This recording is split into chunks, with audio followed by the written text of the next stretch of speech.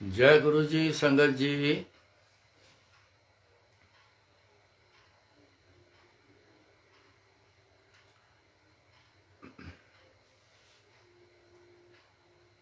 संगत जी,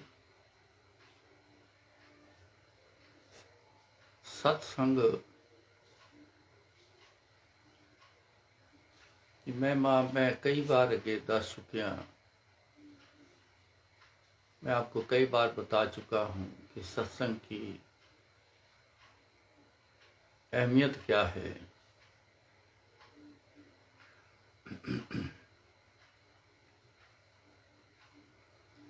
लेकिन गुरु जी की कृपा सत्संग पर ऐसी है, मुझे बहुत सारे फ़ोन आते हैं।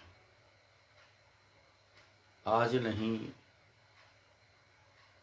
साल पहले नहीं, बहुत देर से फ़ोन आते हैं।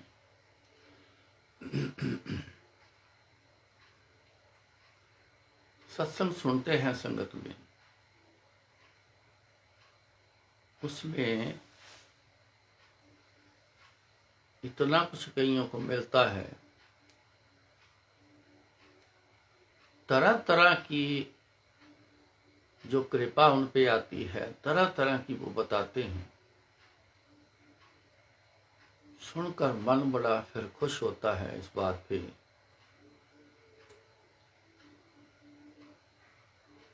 कि गुरु जी जो करवाते हैं, जो खुद करते हैं, क्योंकि कर्ण करावण आपे आप, कर्ण हारे हैं, करता है।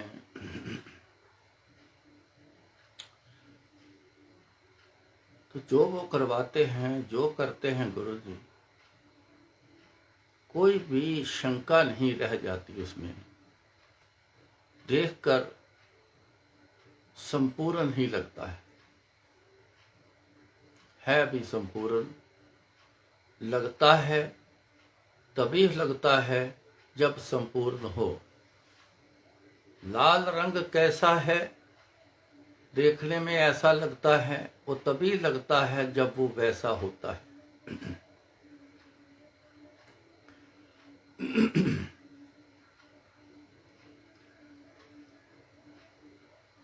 इसीलिए दुनिया मांगती है,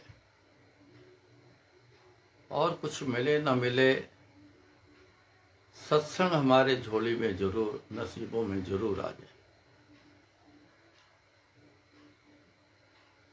जिनको स्वाद लग गया है, जिनको पता चल गया है, वो सत्संग को छोड़ते नहीं, ना छोड़ना चाहिए।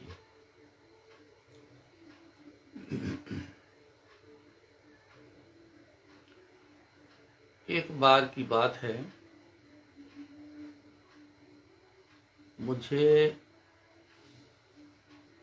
संगत में एक सज्जन वकील साहब हैं, मेरे को उन्होंने जोर देना शुरू किया कि हम ऋषिकेश साल में 2-3 बार जाते हैं, आपको साथ लेके जाना। मैंने कहा कि अंकल, मेरे लॉज हैं ऋषिकेश में, मैं जाता ही रहता हूँ, उम्र निकल गई है, पता नहीं कितनी बार गया हूँ, आप जाओ। नहीं जी, आपको लेके जाना है। मैंने कहा चलो अगली बार चलेंगे, अब की बार आप जाओ एकदम से।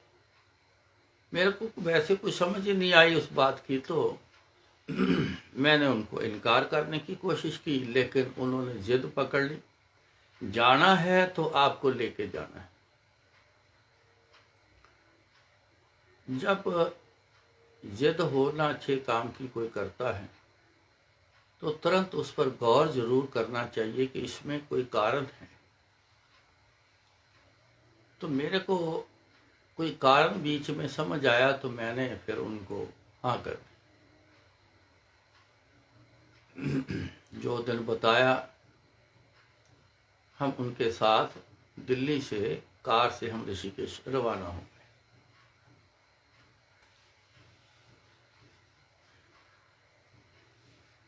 वानप्रस्थ आश्रम है वहाँ गंगा के किनारे। ऋषिकेश जाओ तो गंगा पार है, जहाँ लक्ष्मण झूला है वह उस तरफ।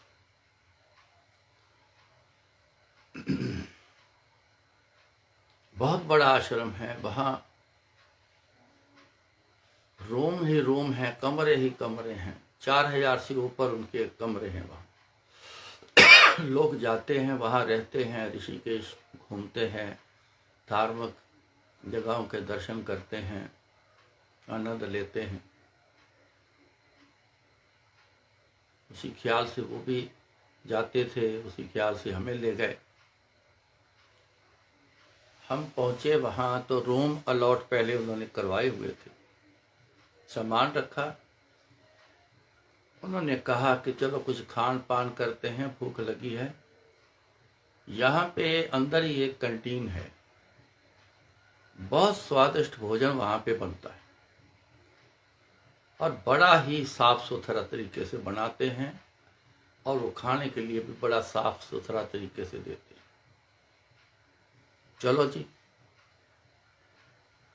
चले गए, खाया वहाँ पे, खाना खा के कैंटीन से बाहर आए। अब क्या प्रोग्राम है, मैं उनकी तरफ देख रहा हूँ कि अब आए हैं, क्या प्रोग्राम है, इनका आने का मकसद क्या है। उन्होंने मेरे को कहा कमरे में बैठ के क्या करना है, चलो गंगा जी के किनारे चलते हैं। ये बिल्कुल इस आश्रम के वो पीछे वाला गंगा की तरफ जो गेट है, जब गेट से आप देखोगे तो आगे वो गंगा जी बह रही हैं। बहुत अच्छा, बहुत सुंदर वातावरण है यहाँ। चलो ठीक है, बैठ के करना भी क्या है, चलो चलते हैं। वहां से हम चल पड़े कैंटीन से। बहुत सुंदर वो पैसेज बना था जो पीछे गेट की तरफ को जा रहा है। हम जा रहे हैं, अचानक मेरे को एक आवाज आती है, क्लियर आवाज आई, कोई मन का ख्याल नहीं, कोई ऐसा नहीं, क्लियर आवाज आती है, इत्थे सत्संग करवाना है। मैंने इधर देखा, उधर देखा, किसने बोला है, कुछ समझ नहीं आई। इतने में फिर आवाज आती है, ओ ध्यान नाल वेख ला, इत्थे सत्संग कराना है। तब मैं आवाज पहचान गया। मैं कहा गुरु जी, इधर देखा, पीछे देखा, ऊपर नीचे देखा, सब गुरु जी, कोई दर्शन नहीं हुए। ये एक हुक्म था। अब दर्शन की तरफ जोर देने की जरूरत नहीं, अब है हुक्म, हुक्म की पालना करना जरूरी, उस पे ध्यान देना। आदत है मेरे को शुरू से, जब से गुरु जी के पास रहा हूं, गुरु जी के साथ रहा, तो उनके हुक्म मानने की आदत है। सेवा ही यही है कि जो हुक्म करना है दौड़ के जाना, वो करना। 24 घंटे का यही काम होता था, हुक्म की पालना करना। मैं वहीं पे रुक गया था। ये तीनों, मेरी आंटी, वो अंकल, उनकी आंटी, ये तीनों आगे आगे चलते जा रहे हैं। उन्होंने जब देखा कि मैं साथ नहीं हूं तो पीछे मुड़ के देख के वो आवाज दी, कहते क्या हो गया। मैंने हाथ से इशारा किया, रुक जाओ। वो आए, मेरे लेफ्ट साइड पर एक ऊंची सी हेज थी, उसके पीछे एक बिल्डिंग बनी हुई। बिल्डिंग तो सारी वहां पे बिल्डिंग ही बनी पड़ी, रूम ही है, लेकिन कहते ध्यान नाल वेख, इत्थे सत्संग कराना है। मैं शुरू से उनके ना एक एक वर्ड को ध्यान से देखता हूं कि इसमें आवाज क्या है, इसमें मतलब क्या है। तो ध्यान से मैंने देखा, मेरे राइट साइड पर दूर कमरे थे, जो मेरे लेफ्ट साइड में था वो हैज के बिल्कुल ही पीछे था। अब सोची देने वाले भी आप ही हैं। समझ आई कि यहां कुछ पहले देखूं कि इत्थे सत्संग करवाना, ध्यान नाल वेख ला, इत्थे सत्संग करवाना। मैं पीछे मुड़ा तो अंकल मेरे को कहने लगे जो आप देख रहे हो ना, यहां सब कमरे ही कमरे हैं, यहां हॉल कोई नहीं है।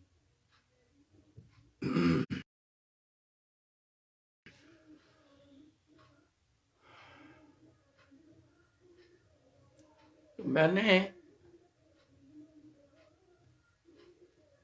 उनकी बात सुनी कि यहाँ तो कमरे ही कमरे हैं, हॉल यहाँ है नहीं। तो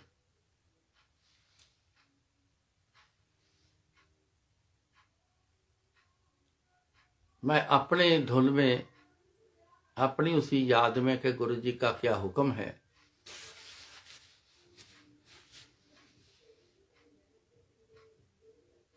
मैं उस तरफ चल पड़ा। हज के साथ साथ ऐसे गया तो राइट को रास्ता मुड़ा, राइट मुड़ा, एक गेट था, खुला था गेट। मैंने पुश किया, अंदर गया। सामने एक छोटी सी कनोपी है, मेन डोर है और उस पर ताला लगा हुआ है। ताला देख के सोचने लग गया कि यहां मैं कैसे देखूं। गुरु जी कहते ध्यान नाल वेख, मैं कैसे देखूं। राइट साइड में विंडो थी उस बिल्डिंग की। मैं एक विंडो से देखा बंद है, आगे कर्टन है, दूसरी से देखा, तीसरी से देखा तो उसमें कर्टन नहीं लगा हुआ था। तो मैंने ग्लास से देखा, विंडो से देखा तो बहुत बड़ा हॉल है। वो जितनी साइज की बिल्डिंग थी वो उतने साइज का हॉल ही था। अब वो जिनके साथ गए उन्होंने भी देखा, वो देख के बड़े हैरान हो गए, कहते यहाँ ये तो बहुत बड़ा हॉल है। कहता सारी उम्र हो गई मेरे को यहाँ आते, मैंने कभी ये हॉल देखा ही नहीं, सुना ही नहीं कभी। मैंने कहा ये अभी नहीं बना है पहले का, लेकिन गुरु जी को सब पता है। तब मैंने वहां खड़े होकर उनसे बात करी। मेरे को गुरु जी ने यहाँ बोलकर हुक्म दिया है कि यहाँ सत्संग कराना है, तो इसलिए मैं रुका हूं और देख रहा हूं कि यहाँ सत्संग कराना है। तो जहां बोला है मेरे को वहीं कुछ है। बाहर आए वहां से, मैंने बोला इनका ऑफिस कहाँ पे है, ये हॉल कैसे मिलेगा। कहते हाँ हम जिधर जा रहे हैं गेट से पहले ही लेफ्ट साइड में ऑफिस है, तो चलो, वो मैनेजर भी मेरे जानकार हैं अच्छे, चलो हम चल के बात करते हैं। हम ऑफिस गए। मिस्टर शर्मा वहाँ के मैनेजर हैं, उनसे बात करी तो उन्होंने डायरी खोली, किताबें खोली जिसमें बुकिंग की सारी लिखी हुई हैं। तो उसमें 22 जनवरी दिन इतवार की डेट खाली पड़ी है हॉल की। हालांकि वो 3 दिन के लिए कोई भी रेजिडेंशियल रूम लो, कोई भी हॉल लो, वो 3 दिन के लिए ही अलॉट करते हैं।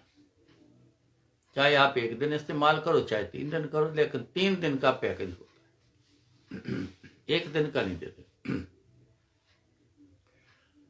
उन्होंने कहा जी हमारे मुताबिक तो 3 दिन के लिए हॉल मिलता है, मगर जिन्होंने ये 3 दिन के लिए बुक किया है उन्होंने बोला हमें 2 दिन के लिए चाहिए, तो संडे का दिन खाली। और क्या चाहिए, छुट्टी वाला दिन है। गुरुजी ने तो सारा ही सेटल करके रखा है। वो जो 2 दिन के लिए फंक्शन के लिए आए वो 3 दिन भी कर सकते हैं, लेकिन गुरुजी ने तब से रचना रची, उनके दिमाग में डाला कि तो आपका काम 2 दिन का है, 2 दिन में करो और चलो यहां से, हमारा यहां सत्संग होना है। उन्होंने वो दिन खाली रख दिया। हमने फटाफट एडवांस दे के डेट बुक कर ली।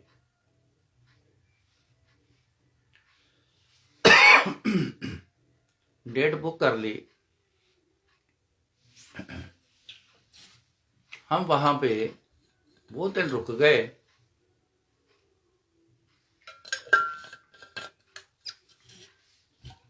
अगले दिन नाश्ता किया। मैंने उनको कहा, मैं कहा जी दिल्ली चलो वापस चलते हैं। कहते हैं 3 दिन के लिए आए हैं तो जहाँ पे रुकेंगे 3 दिन, 3 दिन के बाद जाना है। मैं कहा नहीं, मैंने तो जाना है, आप रुक जाओ, हम मियाँ बीबी निकलते हैं। वो बड़े हैरान हुए, कहते ऐसा हुआ क्या है? मैं कहा हुआ कुछ नहीं, बस वो अंदर से ही एक और हुक्म था कि तेरा काम हो गया तो तू चल वापस। गुरुजी का ना मेरे साथ ऐसा ही रहता है, जिस काम के लिए भेजा है जब भी वो काम होता है तो कहते तुरंत वापस आ जा। ये शुरू से ऐसा रहा। काम हो गया तो कहते चलो वापस। मैंने फिर उस दिन मैंने जिद करी कि नहीं, मैंने तो जाना है, मैंने नहीं रुकना है, मेरे को गुरुजी ने रुकने नहीं देना। यहाँ पे आप रुको, यहाँ पे हम निकल जाते हैं। ऐसा करो, ड्राइवर को बोलो हमारे को बस स्टैंड पे छोड़ दो, हम बस में चले जाएंगे। उनका मूड थोड़ा सा ऑफ हो गया। 10 मिनट सोचने लग गए। फिर वो कहते ठीक है, फिर हमने रुक के क्या करना है, हम भी चलते हैं। नहीं आप रुको, यहाँ हमारे को बस स्टैंड छोड़ दो। कहते नहीं, आपको ऐसे नहीं लाए हैं तो हम ऐसे नहीं आपको छोड़ सकते, हम भी वापस चलेंगे। वहां से हम वापस आए, किसी ने कोई बात नहीं करी, मूड ऑफ हो गए सबके। लेकिन अपना तो मूड बड़ा खुश कि गुरुजी ने ऐसा हुक्म किया है, ऐसी कृपा बरसाई कि यहाँ ऋषिकेश में सत्संग। गुरुजी शरीर में होते हुए मेरे ससुराल है वहां पे ऋषिकेश में, उन्होंने 2-3 बार प्रोग्राम बनाया कि चलो ऋषिकेश चलते। मैंने उतनी बार ही वहां पे अपने लोगों से बात करके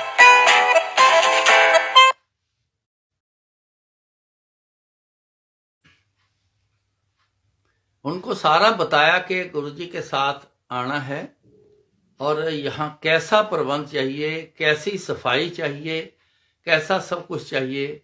ये सारा प्रबंध जो करवा लेता था, लेकिन आखिर के दिन आके बोलना गुरुजी ने, अच्छा फिर चलेंगे। मौज उनकी। लेकिन वो बात मेरे को याद आने लग गई।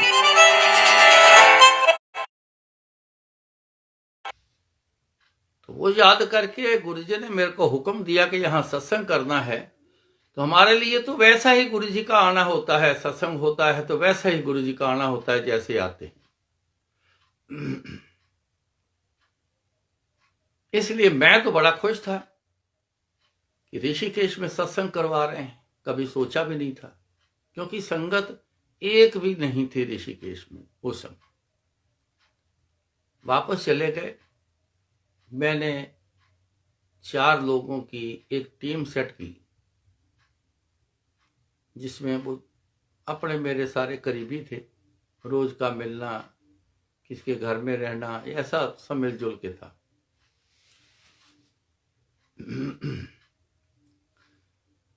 हमने एक दिन तय किया कि चलो चल के, वहाँ नई जगह है तो चल के देखते हैं, और हॉल को खुलवा के सारा देख के फिर वो उस पर कैसी सेटिंग करनी है और वहाँ सारा इंतजाम कर कहाँ करना है। सो 3 दिन का पैकेज होता है। चलो हम 3 दिन के लिए वहाँ चलते हैं, चल के सारा इंतजाम करके आते हैं। हम चले गए जी। जिस गाड़ी में मैं बैठा था, वो बिल्कुल नई गाड़ी थी, काले रंग की। मेरे को भूल गया किस कंपनी की, बड़ी अच्छी लग्जरी गाड़ी थी उनकी। रास्ते में एक बैरियर आता है, वहाँ पूछते हैं जी कहाँ से आए हो, कहाँ जाना है। तो वो पूछने लग गए, तो उन्होंने गाड़ी बंद करके न्यूट्रल में करके तो बात करी। जब चलने लगे तो उन्होंने गाड़ी गियर में डाली, तो जो क्लच छोड़ा तो गाड़ी ना चले। इंजन चलता रहे लेकिन गाड़ी ना चले, पैडल फ्री हो जाए, क्लच फ्री हो गया। 4-5 बार उन्होंने देखा, मैं भी देख रहा हूं। कहते ये क्या हो गया, नई गाड़ी है, इसमें कोई प्रॉब्लम नहीं आनी चाहिए, इतनी महंगी गाड़ी है, इतनी अच्छी कंपनी की गाड़ी है, हो क्या गया इसमें।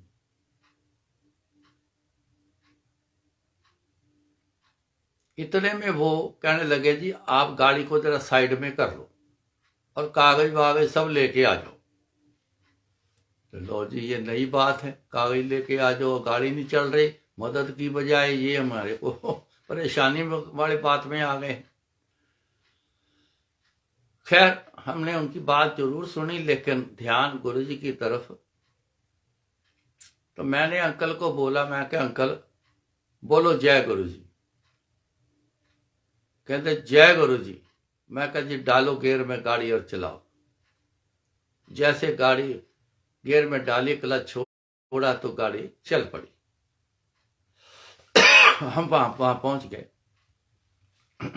मैंने अपने ब्रदर इन लॉ को फोन किया, हम ऐसे काम के लिए वानप्रस्थ आश्रम आ रहे हैं, इतने बजे पहुंचेंगे, आप इतने बजे तो फ्रेश हो जाएंगे, जब आप इतने बजे हमारे वहां आ जाना।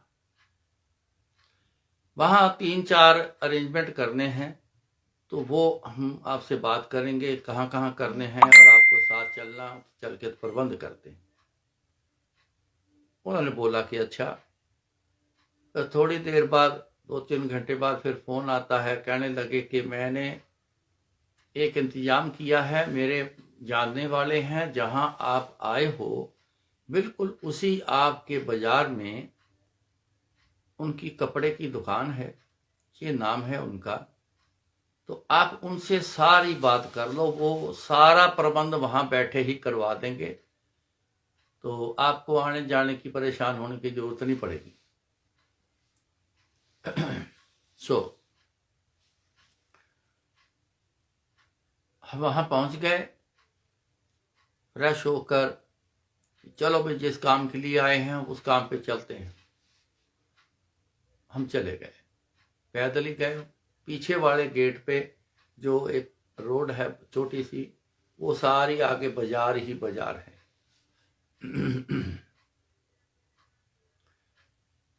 पता किया कि इनकी दुकान कौन सी है, उन्होंने बताया जी ये दुकान है। हम चले गए, जैसे मेरे को उन्होंने देखा वो पहचान गए, तो मेरे को बोले आओ जी आओ। हम अंदर दुकान में चले गए, बैठ गए। क्या पियोगे? नहीं जी हम तो आए हैं, फिर कैंटीन में बैठ के खा पी के हम यहाँ आए हैं, सो खाना पीना कुछ नहीं है। आपको मेरे ब्रदर इन लॉ ने बोला है कि कुछ इंतजाम करना है, यहाँ सत्संग करना है, उसके लिए आपके पास आए। जब तक बोले कि खाओ पियोगे नहीं, मैं आपसे बात नहीं करूँगा। हद हो गई भाई। उन्होंने कॉफ़ी मंगवाई, कॉफ़ी पी ली, फिर खाने के लिए खाना बोल दिया। भाई पेट तो हमारा भरा हुआ है जी, नहीं खाना खाया जाएगा। नहीं, वो बोले नहीं देखो ये सब खाया जाएगा, आपको पता भी नहीं चलेगा।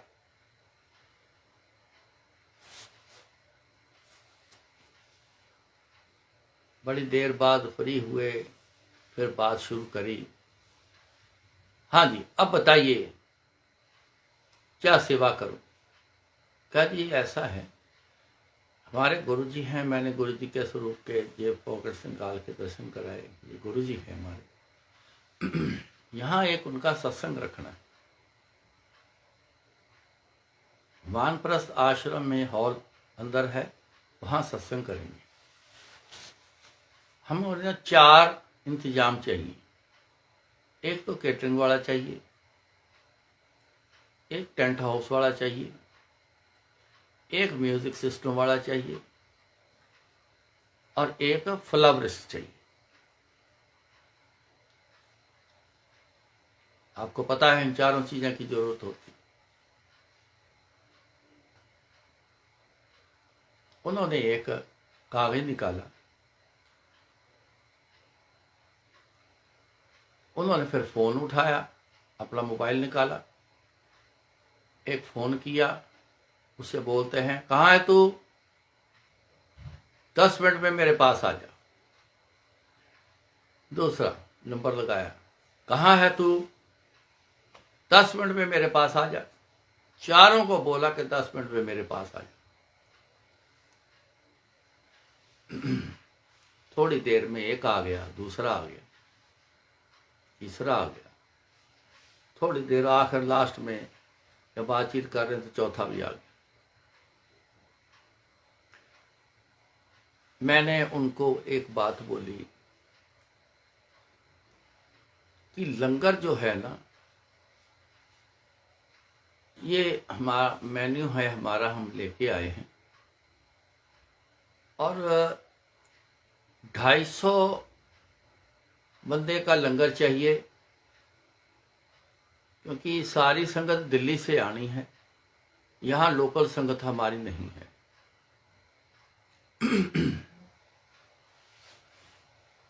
उन्होंने मेरे को बोला कि मैं जानता हूँ, मेरे को पता है।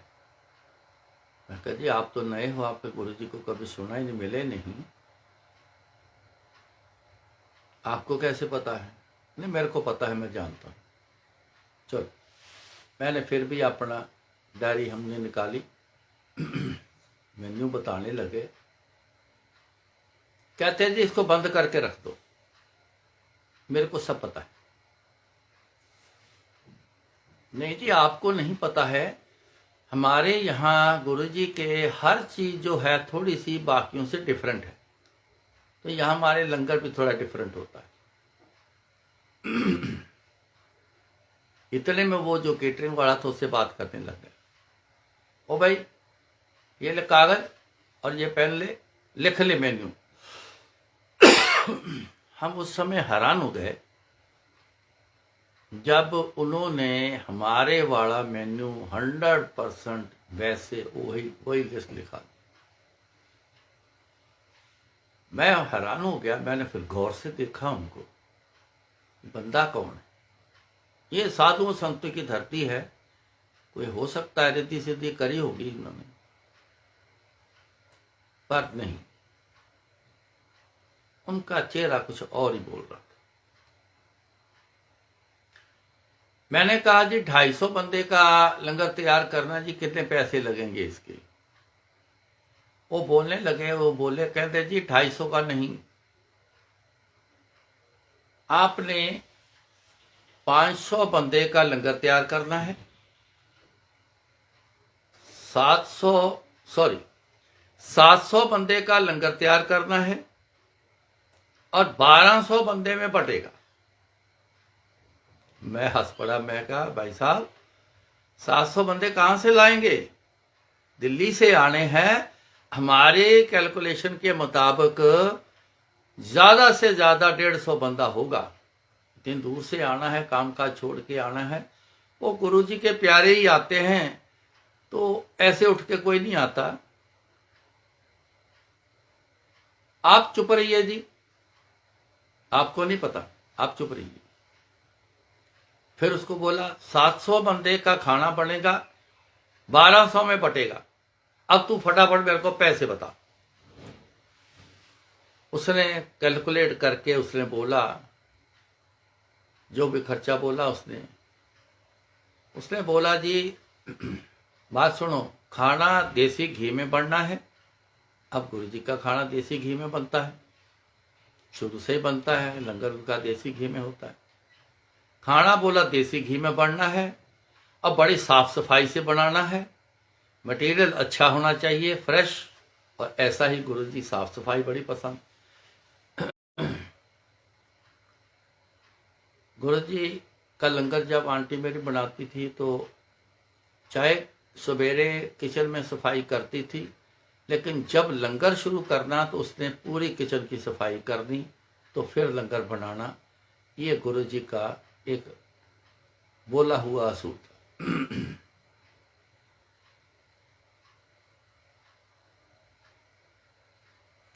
उसने वही बात बोली जो गुरु जी की मर्जी होती है, और उसने खुद ही पैसे बताए, इतने पैसे आपको मिलेंगे, और ज्यादा बोलना नहीं। अपना ड्रॉवर खोला, उसमें से उसने 20,000 रुपये निकाले और उसको एडवांस थमा दिया। मैं देखता ही रह गया।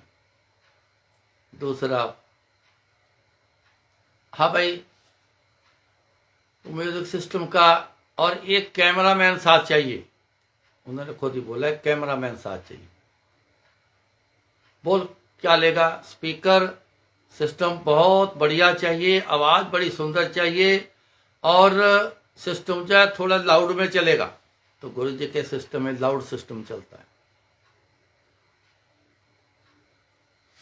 उसने अपने पैसे बताने को कहता चुप कर, चल तेरे को इतने पैसे मिलेंगे, ये ले एडवांस। फ्लावरिस्ट को बोला इनके साथ जाओ, वहां हॉल में सारा देखो ये क्या करवाना चाहते हैं,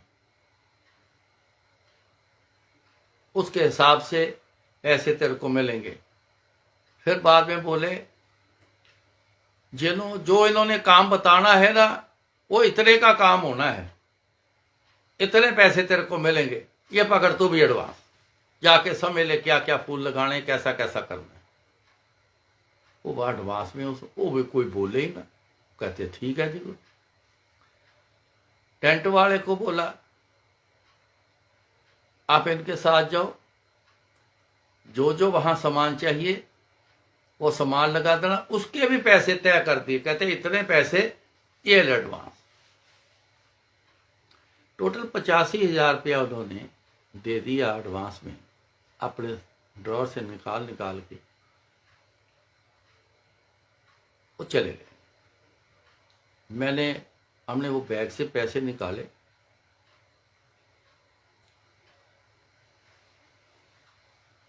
वो आंटी हमारे साथ एक थी, वो उनके पैसे उनके सुपुर्द थे, दो जी 85,000 इनको निकाले। कहने लगे जी नहीं मैं दे रहा हूं, कहते जी नहीं बाद में ले लेंगे। मैं कहा बाद का काम नहीं है यहाँ, आप अभी ले लो। मैं तो कहता हूं सारा टोटल बना लो, सारे के सारे हम आपको दे देते हैं, आप अपने बाद में अपने आप उनको देते रहना। कहते नहीं देख लेंगे, आप सत्संग करो बाद में करेंगे। मैं कहा नहीं। मैंने फिर क्या किया, वो पैसे उनका ड्रॉर खोल कर उसमें डाल दिया।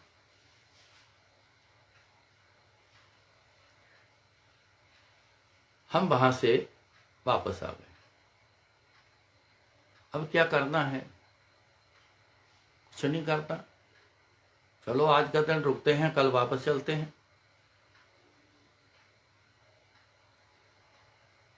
वापस आ गए। सत्संग से पहले हम 4 दिन पहले हम वहां पहुंच गए, सबको मैसेज कर दिए। वहां पहुंच गए। सारा गुरु जी ने ऐसा सेटिंग करवाई, बहुत बढ़िया सेटिंग हो गई। सत्संग शुरू हो गया, संगत सारी आ गई, जितना हॉल था सारे का सारा फुल हॉल भर गया। गिनती तो नहीं की, लेकिन बहुत बड़ा हॉल था वो। बड़े बड़े सत्संग उस हॉल में करते हैं, पूरे का पूरा वो हॉल भर गया।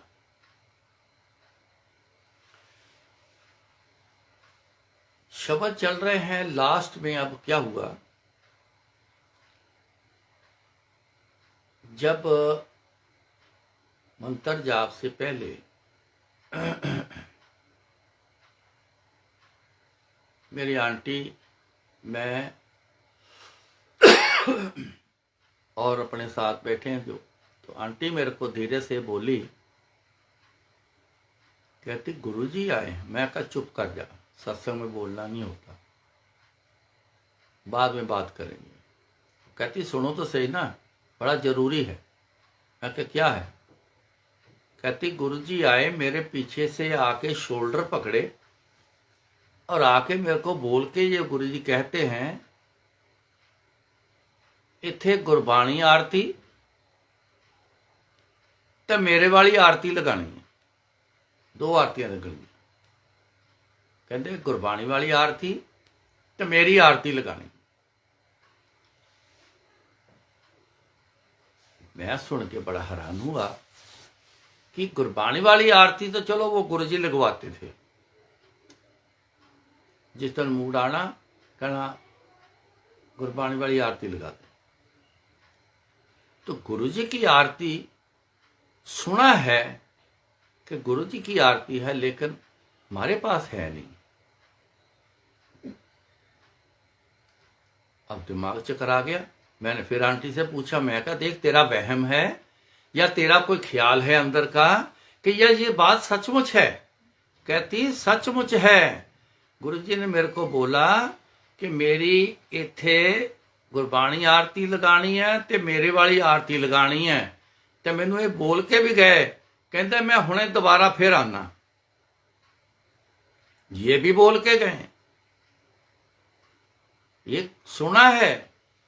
मेरे को वो याद आया कि जब हम आए थे पहले, तब भी गुरु ने बोल के बोला था इथे सत्संग करवाना है, ध्यान नाल वेख ला, इथे सत्संग करवाना। गुरु जी जो करवा रहे हो बहुत खूबसूरत है, मगर गुरु जी ये दोनों आरती अभी समय जो है ज्यादा से ज्यादा 15 मिनट का समय रह गया होगा, 10 मिनट का समय रह गया होगा जब वो मंत्र जाप शुरू होना है। तो गुरुजी ना तो हम गुरबाणी आरती लेके आए हैं, ना यहाँ किसी के पास होगी, ना जो आप वाली आरती है ना हमने कभी वो ली है, हमारे को तो पता नहीं है। तो गुरुजी अब आपका हुक्म है तो गुरुजी फिर करवाना भी आपने है, फिर गुरुजी क्या करना है बताओ। एकदम थोड़ा सा ध्यान उस तरफ ज्यादा चला गया कि क्या करना है, गुरुजी का हुक्म है, हुक्म की पालना तो करनी है।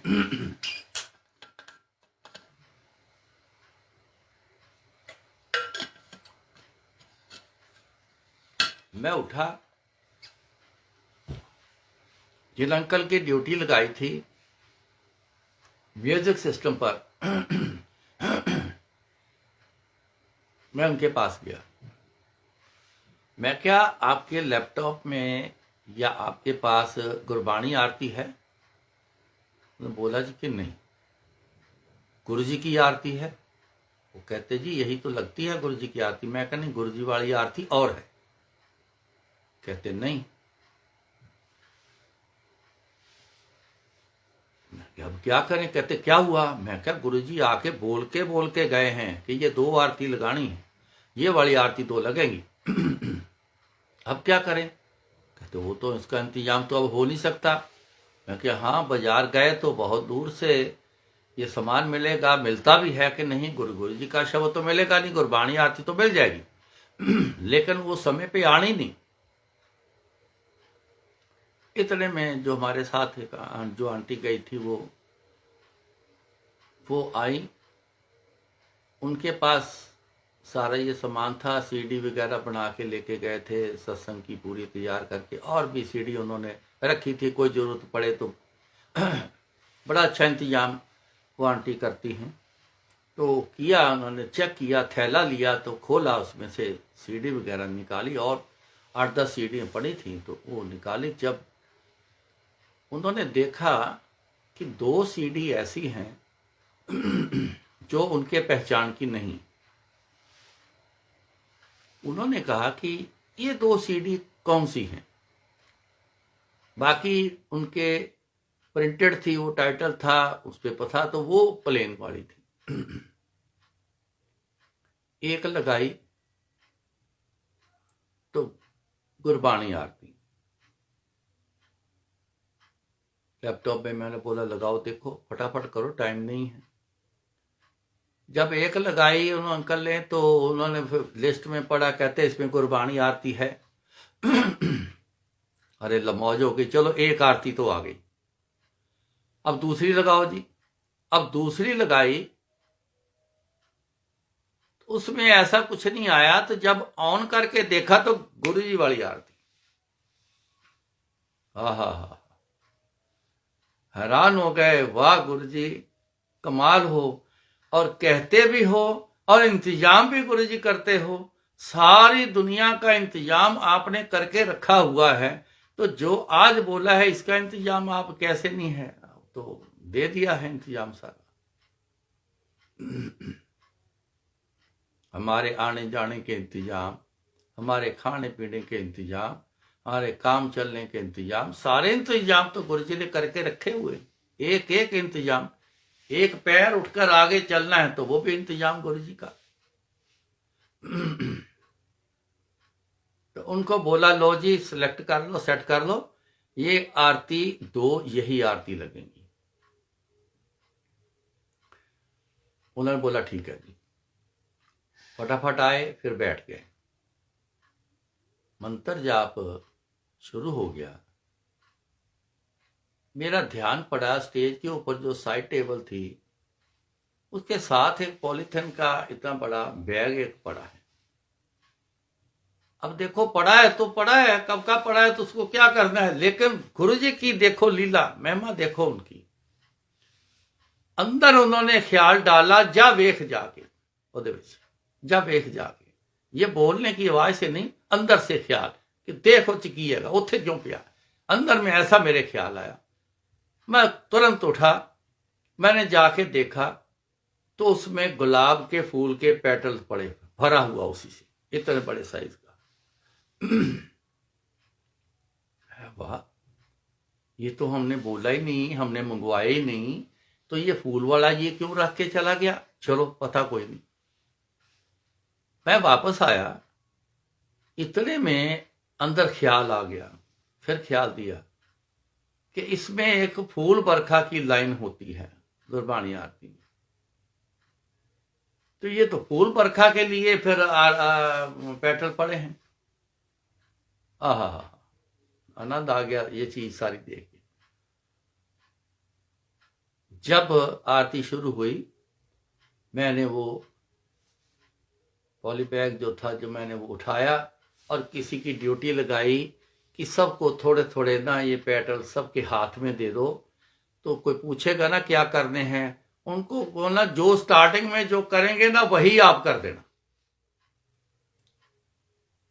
3-4 लोगों की ड्यूटी लगाई, उन्होंने फटाफट फूल को बांटने शुरू कर दिए। वो सारे हैरान हो गए कि इसको क्या करना है, कहने लगे जो करेंगे स्टार्टिंग से जो कर लेंगे, आप भी वैसे ही कर लेना।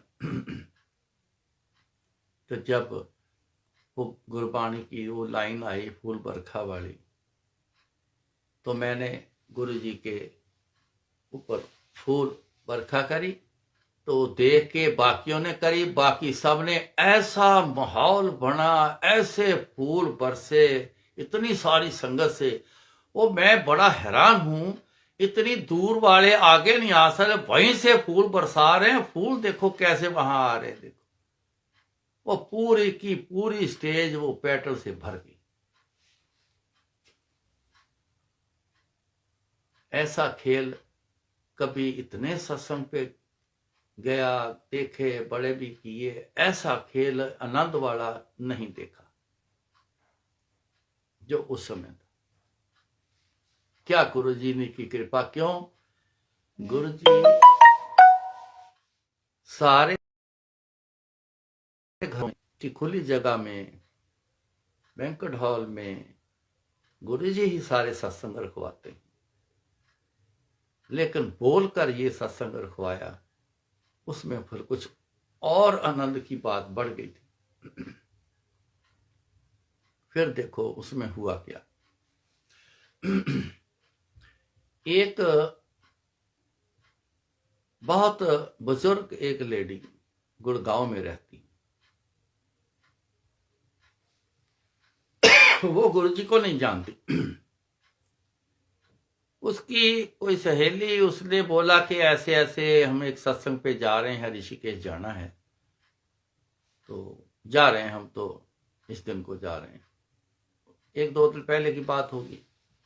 उसने बोला कि अच्छा मेरे को भी साथ ले जाना सत्संग। देखो सियाने बंदे जो है ना, वो कहते हैं सत्संग सत्संग है, किसी भी धर्म का होए, किसी महापुरुषों का होए, किसी गुरुओं का होए, जो गुरुओं के मुताबिक जो समझदार हो गए हैं ना, वो एक ही समझते हैं, वो फर्क नहीं डालते। ये तुम्हारे गुरु का है, ये हमारे गुरु का है, वो ऐसा नहीं करते। उसने बोला सत्संग सत्संग। उन्होंने बोला आप गुरुजी के तो जाते हैं? कहते नहीं, मैं सत्संग सत्संग है, मैं मेरे को लेके जाना। उसने बोला हम बस से जाना है, हमने बसों का अरेंजमेंट किया था, बस से जाना है। उन्होंने बता दिया, बस वाले से बात कराई कि आप जहां रहते हो बस थोड़ा सा आगे मेन रोड पे आ जाना, वहां खड़े हो जाना था, वो आपको वहां से ले लेंगे और 4:45 बजे आप वहां पे खड़े होंगे, हम रुकेंगे नहीं, आप खड़े होगे तो आपको ले जाएंगे, वेट नहीं करेंगे। सवेरे 4:45 उस आंटी की जाग खुली 5:30 बजे। उठी, देखा ओहो ये तो लेट हो गई, मैं बस तो मिल ही नहीं। मगर उसके अंदर एक गुरुजी ने खलबली मचा के रख दी, जाना है तो जाना है, खलबली मचा के रख दी, उसे चैन ना आए। उसने पर ड्राइवर को फोन किया 6 बजे, अभी आ ऋषिकेश चलना। वो आंटी ऋषिकेश पहुंच गई, अपनी गाड़ी लेके ड्राइवर को लेके ऋषिकेश पहुंच। बहुत बुजुर्ग और 80+ हो गई वो आंटी, वो पहुंच गई। उसने पूरा सत्संग अटेंड किया।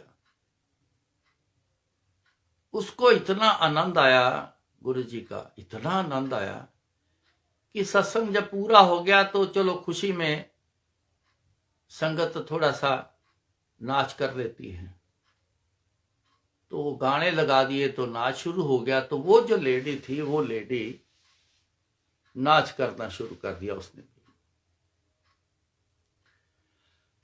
इतना जबरदस्त आनंद आया जी उसको, इतना जबरदस्त आनंद आया, उतने जवानों के तरह उसने डांस किया, डांस किया। अब उसने शोर मचाना शुरू कर दिया, ऊंची ऊंची बोलने लग गई। क्या हो गया इसको भाई? आंटी क्या हुआ? मैंने पूछा उससे, मैं कहा आंटी क्या हुआ? पहले किसी ने पूछा, मैं भी दौड़ के आया, भी ऐसा क्यों है? मैंने क्या हुआ? कहती मैं साईं बाबा की भक्त हूं, ये मेरी एक रिंग है, इसमें साईं बाबा की मैंने फोटो बनवाई हुई, कम से कम नहीं तो बहुत सालों से, ये मैं कभी उतारती भी नहीं। मगर इस पे ऊपर तस्वीर, ये गुरुजी की तस्वीर बन गई है, ये देख लो।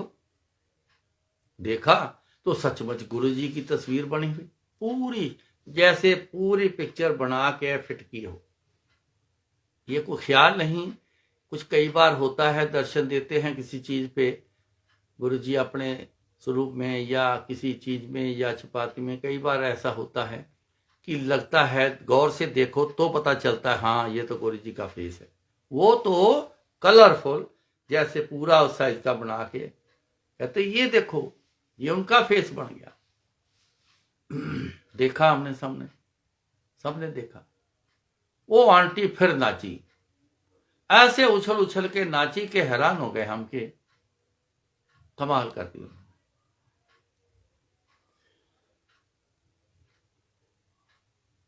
कई बार गुरुजी ऐसा ऐसा कुछ कर गए हैं, बहुत सी ऐसी बातें हैं, अनेक हैं, मेरे को याद जब आती हैं बहुत सारी हैं। ऐसा ऐसा गुरुजी कर जाते हैं कि किसी सोचने से भी ऐसा नहीं होना है। तो सत्संग की अहमियत सबसे ऊंची ना होती तो गुरुजी कभी सत्संग ना करवाते। आपके घरों में आपकी तरफ से ये कभी ना करवाते। अहमियत पड़ी तो खुद उन्होंने बोल के सत्संग करवाया। फिर देखो आपने सुन ही लिया है, उद्योग आरतियों का इंतजाम खुद किया, फूल पटर्स का इंतजाम खुद किया। आंटी को देखो वहां से उठा के भेजा, उसके अंदर जोर भर दिया कि जाना है। वो कभी गुरुजी के बारे में सुना ही नहीं उसने। वो आ गई वहां पे और उसकी जो रिंग में जो साईं बाबा जी की फोटो थी वो चेंज होके गुरुजी की फोटो हो गई। कौन करता है ऐसा? अब आप समझिएगा इस सत्संग को। अगर दोबारा फिर सुनो, उसमें सारी बातों को गौर से समझिएगा, आपको बहुत कुछ बातें उसमें से समझ आएंगी, बहुत सी समझ आएंगी।